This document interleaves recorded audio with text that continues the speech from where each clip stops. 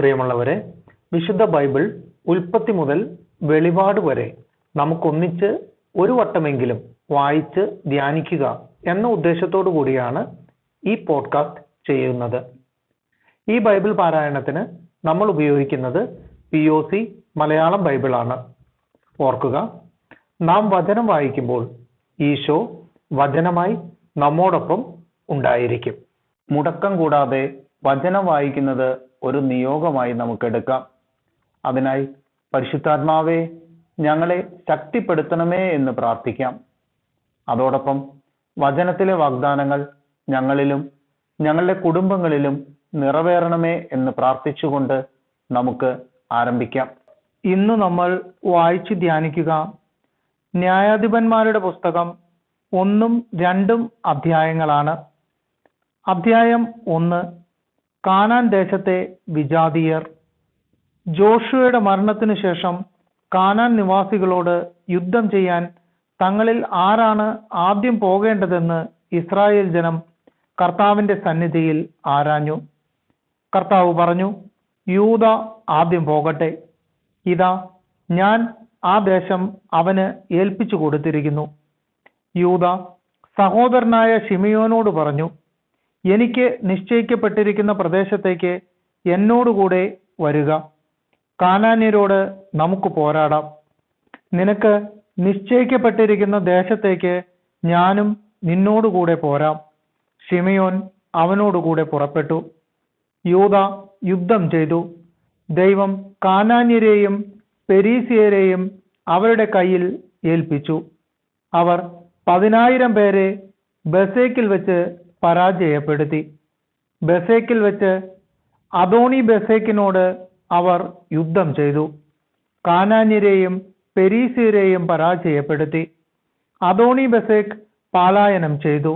അവർ പിന്തുടർന്ന് അവനെ പിടിച്ച് കൈകാലുകളുടെ പെരുവിരലുകൾ മുറിച്ചു കളഞ്ഞു. അദോണി ബെസേക്ക് പറഞ്ഞു, കൈകാലുകളുടെ പെരുവിരലുകൾ ഛേദിക്കപ്പെട്ട 70 രാജാക്കന്മാർ എന്റെ മേശയ്ക്ക് കീഴിലെ ഉച്ഛിഷ്ടം പെറുക്കി തിന്നിരുന്നു.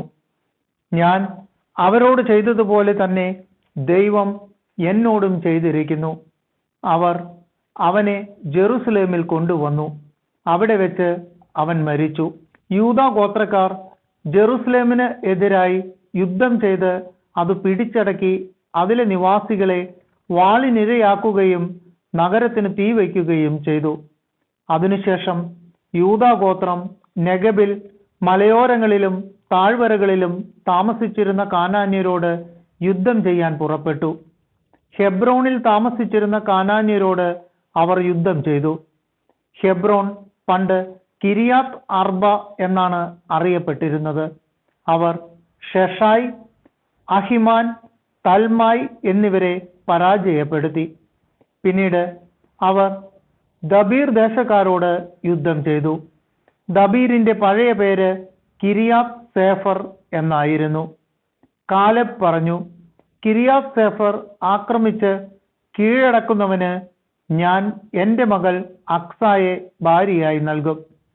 കാലെബിന്റെ ഇളയ സഹോദരനായ കെനാസിന്റെ പുത്രൻ ഒത്നിയേൽ ദേശം പിടിച്ചടക്കി. കാലെബ് അക്സായെ അവന് ഭാര്യയായി കൊടുക്കുകയും ചെയ്തു. അവൾ ഒത്നിയേലിന്റെ അടുത്തു ചെന്ന് തന്റെ പിതാവിനോട് ഒരു വയൽ ആവശ്യപ്പെടാൻ അവനെ നിർബന്ധിച്ചു. അവൾ കഴുതപ്പുറത്ത് നിന്ന് ഇറങ്ങവേ കാലെബ് അവളോട് ചോദിച്ചു, നീ എന്താണ് ആഗ്രഹിക്കുന്നത്? അവൾ പറഞ്ഞു, എനിക്ക് ഒരു സമ്മാനം തരിക. നെഗബിലാണല്ലോ എന്നെ പാർപ്പിച്ചിരിക്കുന്നത്. അതുകൊണ്ട് ഏതാനും നീർച്ചാലുകളും എനിക്ക് തരിക. കാലെബ് അവൾക്ക് മലയിലും താഴ്വരയിലും നീർച്ചാലുകൾ വിട്ടുകൊടുത്തു. മോശയുടെ അമ്മായിയപ്പനായ കേനിന്റെ പിൻഗാമികൾ യൂദാ ഗോത്രക്കാരോടുകൂടെ ഈന്തപ്പനകളുടെ നഗരത്തിൽ നിന്ന് നെഗബിൽ ആരാദിന് സമീപമുള്ള യൂദാ മരുഭൂമിയിലേക്ക് പോയി. അവർ അവിടെ എത്തി അവിടുത്തെ ജനങ്ങളോടൊത്ത് ജീവിച്ചു. അതിനുശേഷം യൂദാ സഹോദരനായ ശിമയോനോടൊത്ത് പുറപ്പെട്ടു. സേഫാത്ത് നിവാസികളായ കാനാന്യരെ പരാജയപ്പെടുത്തി നിശേഷം നശിപ്പിച്ചു. അങ്ങനെ ആ പട്ടണത്തിന് ഹോർമ എന്നു പേരു ലഭിച്ചു. ഗാസ, അഷ്കലോൺ, എക്രോൺ എന്നിവയും അവയുടെ പ്രാന്തപ്രദേശങ്ങളും യൂദ കൈവശപ്പെടുത്തി. കർത്താവ് യൂദായോടുകൂടെ ഉണ്ടായിരുന്നു. അവർ മലമ്പ്രദേശങ്ങൾ കൈവശമാക്കി. പക്ഷേ താഴ്വര നിവാസികൾക്ക് ഇരുമ്പു രഥങ്ങൾ ഉണ്ടായിരുന്നതിനാൽ അവരെ തുരത്താൻ അവർക്ക് കഴിഞ്ഞില്ല. മോശ പറഞ്ഞിരുന്നതുപോലെ ഹെബ്രോൺ കാലബിന് കൊടുത്തു. അവിടെ നിന്ന് അനാക്കിന്റെ 3 പുത്രന്മാരെ അവൻ പുറത്താക്കി. ബെഞ്ചമിന്റെ ഗോത്രക്കാർ ജെറുസലേം നിവാസികളായ ജബൂസ്യരെ പുറത്താക്കിയില്ല. അതിനാൽ ജബൂസ്യർ ബെഞ്ചമിൻ ഗോത്രക്കാരോടൊപ്പം ജെറുസലേമിൽ ഇന്നും താമസിക്കുന്നു. ജോസഫിന്റെ ഗോത്രം ബഥേലിനെതിരെ പുറപ്പെട്ടു. കർത്താവ് അവരോടുകൂടെ ഉണ്ടായിരുന്നു. അവർ ബഥേൽ ഒറ്റുനോക്കാൻ ആളയച്ചു. ലൂസ് എന്നാണ് ഈ നഗരം അറിയപ്പെട്ടിരുന്നത്. നഗരത്തിൽ നിന്ന് ഒരാൾ വെളിയിലേക്ക് വരുന്നത് ചാരന്മാർ കണ്ടു. അവർ അവനോട് പറഞ്ഞു, നഗരത്തിലേക്കുള്ള വഴി ഞങ്ങൾക്ക് കാണിച്ചു തരിക, എങ്കിൽ നിശ്ചയമായും ഞങ്ങൾ നിന്നോട് ദയാപൂർവം വർത്തിക്കും. അവൻ അവർക്ക് നഗരത്തിലേക്കുള്ള വഴി കാണിച്ചു കൊടുത്തു. അവർ നഗരത്തെ വാളിനിരയാക്കി. എന്നാൽ അവനെയും അവന്റെ കുടുംബത്തെയും വെറുതെ വിട്ടു. അവൻ ഹിത്യരുടെ നാട്ടിൽ ചെന്ന് അവിടെ ഒരു നഗരം പണിതു. ലൂസ് എന്ന് അതിന് പേരിട്ടു. ഇന്നും ആ പേരിൽ അതറിയപ്പെടുന്നു. ബേത്ത്ഷയാൻ, താനാക്ക്, ദോർ, ഇബ്ലയാം, മെഗിദോ എന്നീ പട്ടണങ്ങളിലെയും അവയുടെ ഗ്രാമങ്ങളിലെയും നിവാസികളെ മനാസെ പുറത്താക്കിയില്ല. കാനാന്യർ ആ ദേശത്ത് തുടർന്നും ജീവിച്ചു പോന്നു. ഇസ്രായേൽക്കാർ പ്രബലരായപ്പോൾ കാനാൻകാരെ കൊണ്ട് അടിമവേല ചെയ്യിച്ചു. അവരെ തീർത്തും പുറത്താക്കിയില്ല. എഫ്രായിം ഗോത്രം ഗസ്സർ നിവാസികളായ കാനാന്യരെ പുറത്താക്കിയില്ല. അതുകൊണ്ട് കാനാൻകാർ ഗസ്സറിൽ അവരുടെ ഇടയിൽ താമസിച്ചു. സെബുലൂൻ ഗോത്രം കിത്രോൺ, നഹലോൽ എന്നീ നഗരങ്ങളിലെ നിവാസികളെ പുറത്താക്കിയില്ല. കാനാൻകാർ അടിമകളായി അവരുടെ ഇടയിൽ ജീവിച്ചു. അക്കോ, സീദോൻ, അഹലാബ്, അക്സിബ്, ഹെർബ, അഫീക്, റാഹോബ് ഇവിടങ്ങളിലെ നിവാസികളെ ആഷേർ പുറത്താക്കിയില്ല.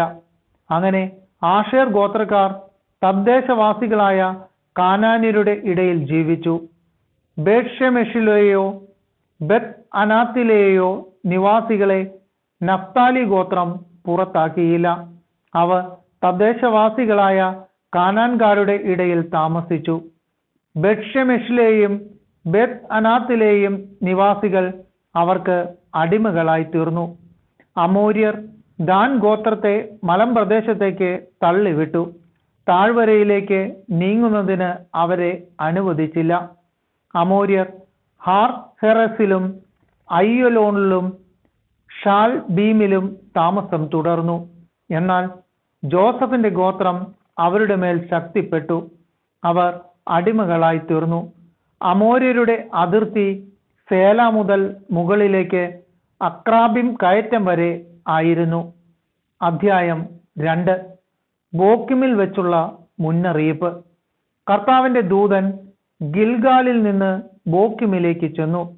അവൻ പറഞ്ഞു, നിങ്ങളുടെ പിതാക്കന്മാർക്ക് കൊടുക്കാമെന്ന് വാഗ്ദാനം ചെയ്ത ദേശത്തേക്ക് ഞാൻ നിങ്ങളെ ഈജിപ്തിൽ നിന്ന് കൊണ്ടുവന്നിരിക്കുന്നു. നിങ്ങളോട് ചെയ്ത ഉടമ്പടി ഞാൻ ഒരിക്കലും ലംഘിക്കുകയില്ലെന്നും ഈ ദേശവാസികളുമായി യാതൊരു സഖ്യവും നിങ്ങൾ ചെയ്യരുതെന്നും അവരുടെ ബലിപീഠങ്ങളെ നശിപ്പിച്ചു കളയണമെന്നും ഞാൻ നിങ്ങളോട് പറഞ്ഞു. എന്നാൽ നിങ്ങൾ എൻ്റെ കൽപ്പന അനുസരിച്ചില്ല. നിങ്ങൾ ഈ ചെയ്തത് എന്താണ്? അതിനാൽ ഞാൻ പറയുന്നു, നിങ്ങളുടെ മുൻപിൽ നിന്ന് ഞാൻ അവരെ പുറത്താക്കുകയില്ല. അവർ നിങ്ങളുടെ എതിരാളികളായി തീരും. അവരുടെ ദേവന്മാർ നിങ്ങൾക്ക് കെണിയാവുകയും ചെയ്യും. കർത്താവിന്റെ ദൂതൻ ഇത് അറിയിച്ചപ്പോൾ ഇസ്രായേൽ ജനം ഉച്ചത്തിൽ കരഞ്ഞു. അവർ ആ സ്ഥലത്തിന് ബോക്കിം എന്ന് പേരിട്ടു. അവർ അവിടെ കർത്താവിന് ബലിയർപ്പിച്ചു. ജോഷുവയുടെ മരണം. ജോഷുവ ഇസ്രായേൽ ജനത്തെ പറഞ്ഞയച്ചു. അവർ ഓരോരുത്തരും തങ്ങൾക്ക് അവകാശമായി ലഭിച്ച ദേശം കൈവശമാക്കാൻ പോയി. ജോഷുവയുടെയും കർത്താവ് ഇസ്രായേലിന് ചെയ്ത വലിയ കാര്യങ്ങൾ നേരിട്ട് കാണുകയും ജോഷിക്ക് ശേഷവും ജീവിച്ചിരിക്കുകയും ചെയ്ത ശ്രേഷ്ഠന്മാരുടെയും കാലത്ത് ജനം കർത്താവിനെ സേവിച്ചു. കർത്താവിന്റെ ദാസനും നൂനിന്റെ മകനുമായ ജോഷുവ 110 വയസ്സിൽ മരിച്ചു. അവനെ ഗാഷ് പർവ്വതത്തിന് വടക്ക് എഫ്രായിം മലനാട്ടിൽ തിമ്നാത്ത് ഹെറേസിൽ അവന്റെ അവകാശഭൂമിയുടെ അതിർത്തിക്കുള്ളിൽ അടക്കി. ആ തലമുറ മുഴുവൻ തങ്ങളുടെ പിതാക്കന്മാരോട് ചേർന്നു. അവർക്ക് ശേഷം കർത്താവിനെയോ ഇസ്രായേലിന് അവിടുന്ന് ചെയ്ത വലിയ കാര്യങ്ങളെയോ അറിയാത്ത മറ്റൊരു തലമുറ വന്നു, ബാലിനെ ആരാധിക്കുന്നു. ഇസ്രായേൽ ജനം കർത്താവിന്റെ മുൻപിൽ തിന്മ ചെയ്തു, ബാൽ ദേവന്മാരെ സേവിച്ചു. തങ്ങളുടെ പിതാക്കന്മാരെ ഈജിപ്തിൽ നിന്ന് കൊണ്ടുവന്ന ദൈവമായ കർത്താവിനെ അവർ ഉപേക്ഷിച്ചു. ചുറ്റുമുള്ള ജനങ്ങളുടെ ദേവന്മാരുടെ പിന്നാലെ അവർ പോയി അവയ്ക്ക് മുൻപിൽ കുമ്പിട്ടു.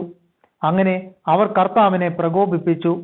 അവർ കർത്താവിനെ ഉപേക്ഷിച്ച് ബാൽ ദേവന്മാരെയും അസ്താർത്തെ ദേവതകളെയും സേവിച്ചു. ഇസ്രായേലിനെതിരെ കർത്താവിന്റെ കോപം ജ്വലിച്ചു. അവിടുന്ന് അവരെ കവർച്ചക്കാർക്ക് ഏൽപ്പിച്ചു കൊടുത്തു. അവർ അവരെ കൊള്ളയടിച്ചു. ചുറ്റുമുള്ള ശത്രുക്കളുടെ ആധിപത്യത്തിന് അവരെ വിട്ടുകൊടുത്തു.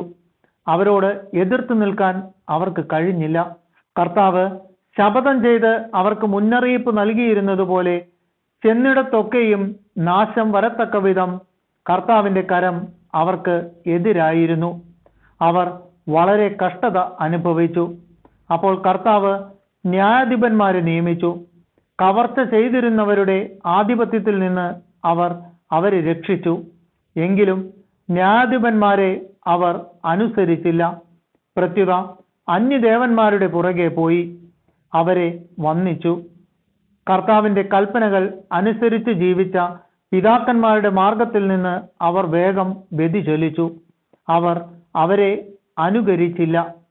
ന്യായാധിപന്മാരെ നിയമിച്ചപ്പോഴൊക്കെ കർത്താവ് അവർ ഓരോരുത്തരോടും കൂടെ ഉണ്ടായിരുന്നു.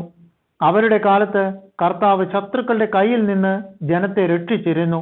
കാരണം തങ്ങളെ പീഡിപ്പിക്കുകയും മർദ്ദിക്കുകയും ചെയ്യുന്നവർ നിമിത്തമുള്ള അവരുടെ രോദനം കേട്ട് കർത്താവിന് അവരിൽ അനുകമ്പ ജനിച്ചിരുന്നു. എന്നാൽ ന്യായാധിപന്മാർ മരിക്കുമ്പോൾ അവർ വഴിതെറ്റി തങ്ങളുടെ പിതാക്കന്മാരെക്കാൾ വഷളായി ജീവിക്കും. മറ്റു ദേവന്മാരെ സേവിച്ചും നമസ്കരിച്ചും അവരുടെ പിന്നാലെ പോകും. തങ്ങളുടെ ആചാരങ്ങളും മർക്കടമുഷ്ടിയും അവർ ഉപേക്ഷിച്ചില്ല. കർത്താവിന്റെ കോപം ഇസ്രായേലിനെതിരെ ജ്വലിച്ചു.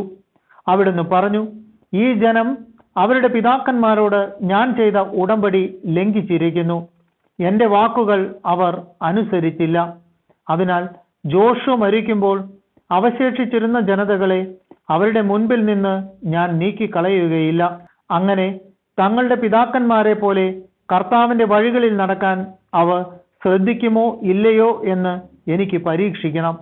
അതുകൊണ്ട് കർത്താവ് ആ ജനതകളെ ഉടനെ നീക്കിക്കളയുകയോ ജോഷുവയുടെ കൈകളിൽ ഏൽപ്പിച്ചു കൊടുക്കുകയോ ചെയ്തില്ല.